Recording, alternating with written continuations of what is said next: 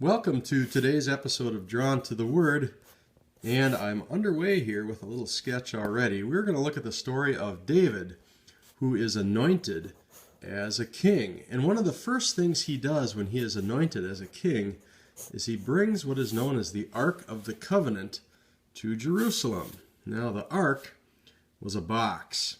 It was a rectangular box that held the tablets of the Ten Commandments. So I'm going to show you how to draw a three-dimensional rectangular box today. So if you want to draw along with me, you can do this, and I will tell you some of the story as we go.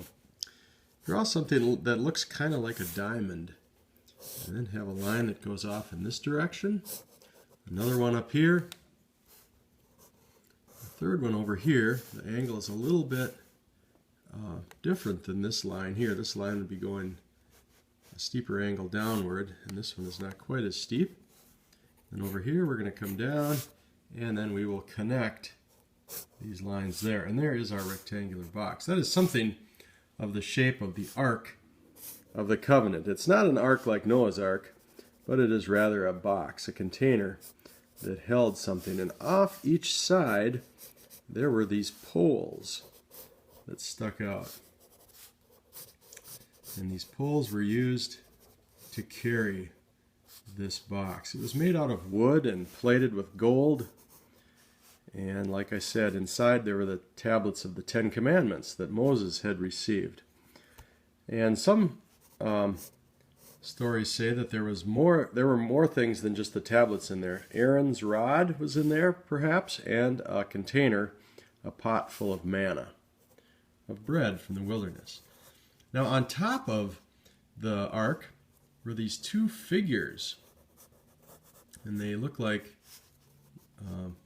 angels. They are meant to be angels kneeling, and they look like young figures of angels. We'll draw two of them kneeling here, like so, and they each have wings on them, something like so. Angels with wings, like that. And these wings curve together and form this area in between here. And the Israelites believed that this area right in here was known as the mercy seat. It's where God traveled along with the people in between the cherubim, which is plural for angels. Cherub is an angel. So here we have these two angels, the mercy seat where God resides, and four people, one here, here, here, and here, would carry this ark that contained these tablets. I'm going to add a few designs on the side because I think they made it look kind of fancy, because it was very important to them. Now, so David brings this Ark of the Covenant to Jerusalem. This ark had been formed during the time, perhaps about a year or so after the Israelites left Egypt and crossed the Red Sea. There Moses received the Ten Commandments on Mount Sinai. They built this ark, and they carried these commandments through the wilderness with them. And now maybe 250 or so years later, David brings this very same ark into Jerusalem and makes Jerusalem the place of worship, the center of worship for the Israelite people. It's important to read more than just the passages that are listed for today, because you see a more complete picture of who King David is. It says as he comes into Jerusalem, he kills the lame and the blind.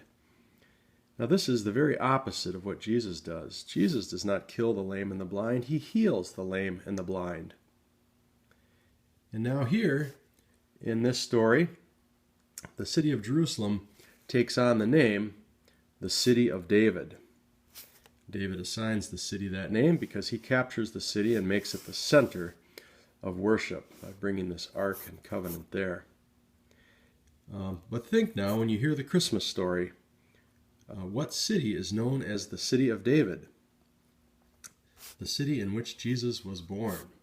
Why might these two cities have different names? I leave that with you. That's a good question to talk about and try and figure out. The city of David, Jerusalem in the Old Testament, the city of David, Bethlehem in the New Testament. Why might that be? Good question for discussion. So here we have it, the promise for you today.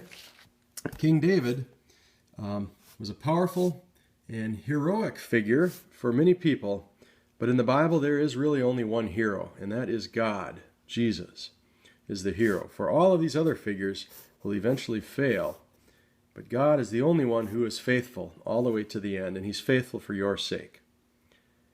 God's blessings to you today.